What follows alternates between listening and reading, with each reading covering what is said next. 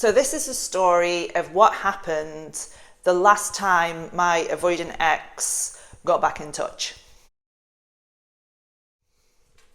Hi, I'm Amy and welcome back to my channel. Welcome if you're new here. I'm a certified attachment style coach and I help anxious attachers break the cycle of avoidant and emotionally unavailable partners so that you can really thrive in your independence and prevent future heartbreak.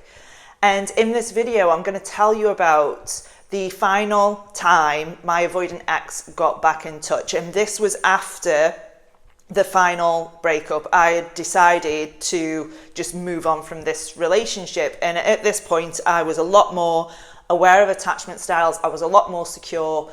But I'm going to give you a really honest account of what happened, how I was feeling, how he was feeling, so that you can really relate to this if or when your ex gets back in touch. Before I start, I just want to let you know that I have a 6-week self-study course on my website now, so you can go and check that out. It is the blueprint of the exact steps I took to heal my anxious attachment style and become more secure. So let's get into the video. So when it was that my avoidant ex ended the relationship, we were living together. Now, what was different about this breakup was that in the past, I had tried to smooth things over and I'd really abandoned what my needs were just to keep this person around. But this time it was different. I agreed with this breakup because the months leading up to it, I was desperately unhappy. I felt really unseen, really unheard, on edge a lot of the time in the relationship. And I previously thought that living together would be the answer to all of our problems, but it wasn't. In fact, it made me feel a lot worse. And the only way I can really describe it is that I felt like I was loving somebody who was behind a pane of glass. So I could see him, I could interact with him, but the emotional intimacy just wasn't there. The connection just wasn't there. And I'd realised that for years, and for years I thought that it was a problem with me, that I couldn't connect with him, that I was too much, that my feelings were too much. And when we were living together, and we lived together for probably about 2 years, it became apparent that actually it wasn't me. It was this person's fear of being intimate. So what would happen is that I would have moments of intimacy, and then it was followed by a period of nothingness, no connection, or feeling ignored, feeling feeling as though I wasn't prioritized and that my feelings didn't matter. On the surface, everything looked fine, and if you were in the same room as us, you would think everything was fine, but inside I felt really, really exhausted. I was trying to get this relationship to work. I was trying to communicate with somebody who really didn't have the skills to empathize with me, didn't have the skills to communicate through conflict properly. And so when he ended the relationship, I agreed with that and my ex-partner moved out. And I had decided from that point to just go no contact. I'd blocked this person. I had committed to myself to move on. I'd really taken the time to see this relationship for what it was. And I realized that through all that time, I was loving a version of that person that just didn't exist. I was loving a version of that person who I saw potential in, I suppose. And anxious attachers do this a lot. We fall in love with the potential of somebody, even though that person isn't showing up right now as that version. We still think, oh, but they're capable of it because we had this moment where there was intimacy, or it was really good when we first got together. And we spend the relationship chasing that feeling that we had at the start. So after about 4 months after breaking up, communication started again.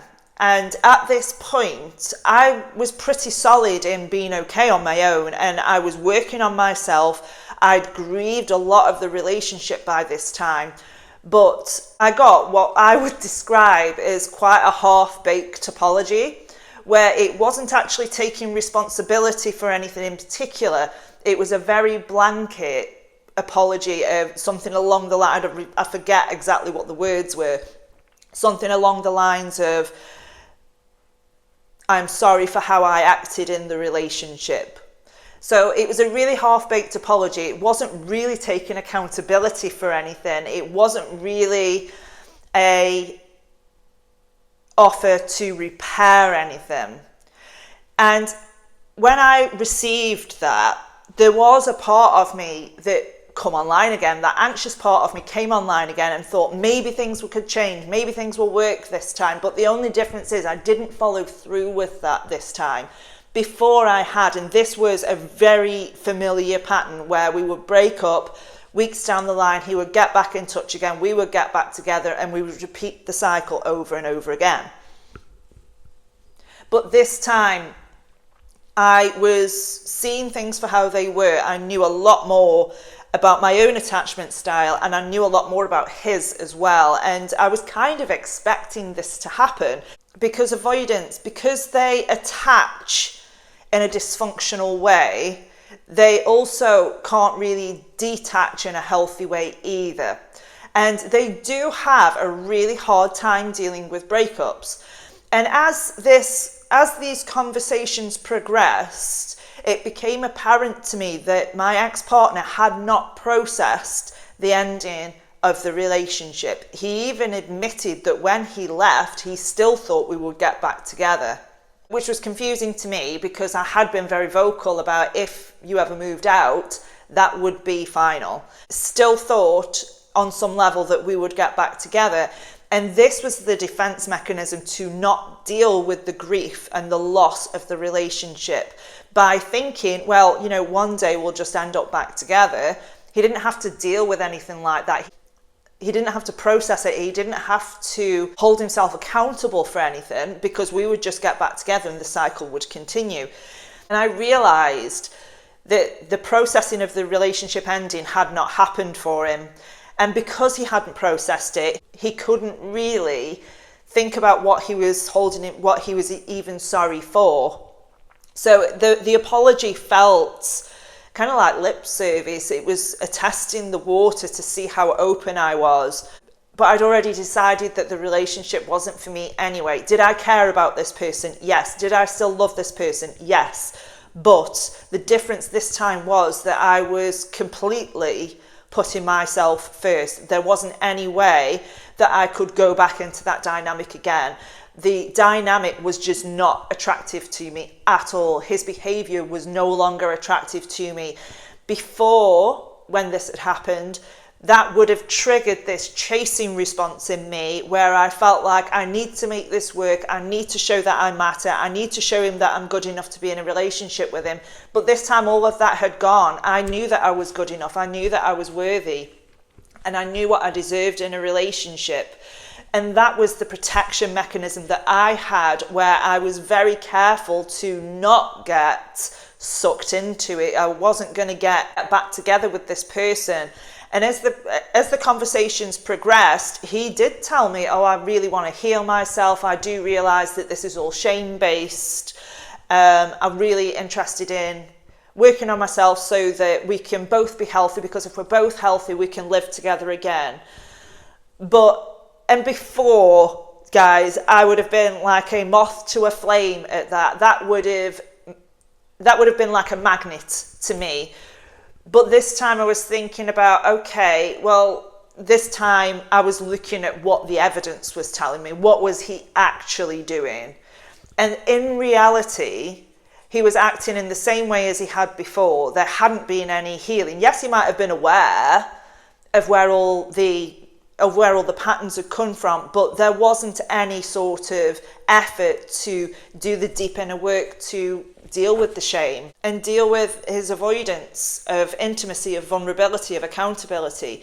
There wasn't any of that. So the difference this time was that I was able to see things really objectively. I could see how he would say one thing and do another. I could see how he was trying to take accountability but not fully taking accountability for his part in the relationship breakdown. I could see how his avoidance was still playing out.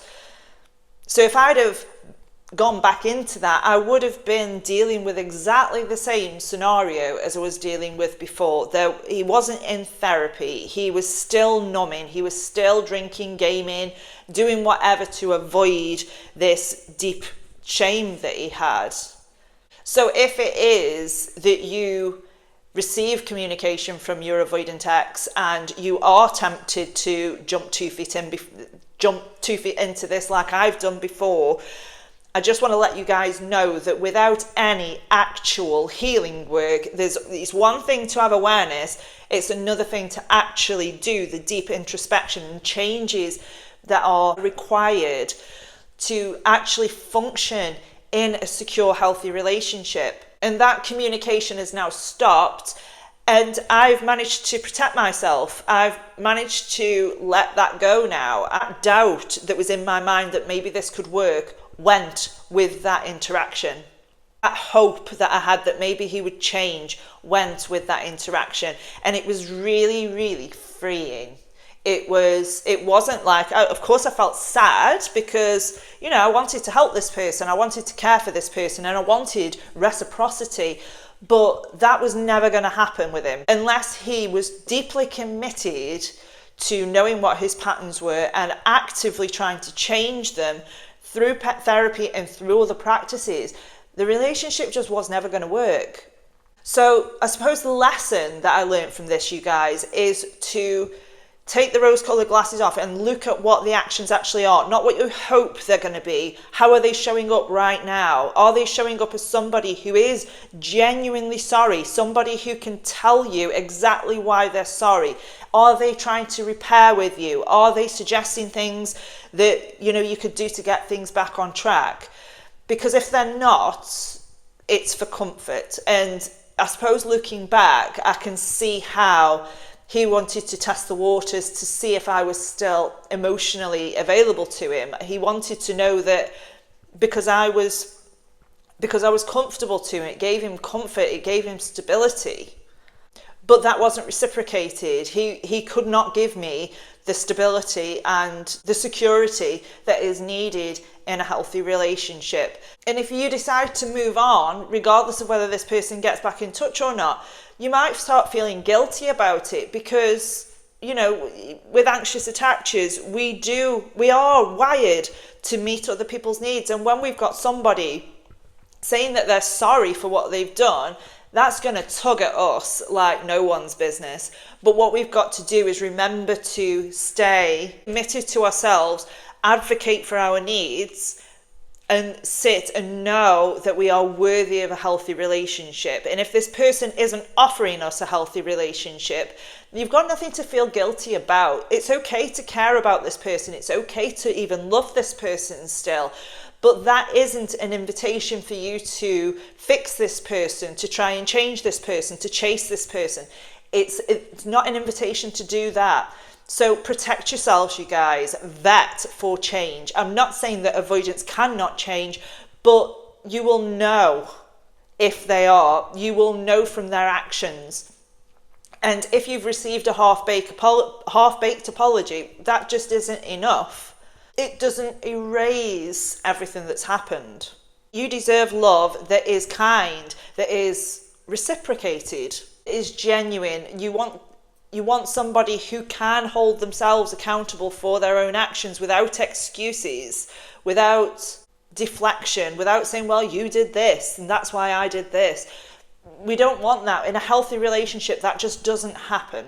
So I hope you enjoyed that video. If you did, consider subscribing to this channel. Leave any stories that you have in the comments below. I do love to read them and respond to them. But I'm Amy, and it's an absolute pleasure to help you improve your self-worth, and I will see you in the next video.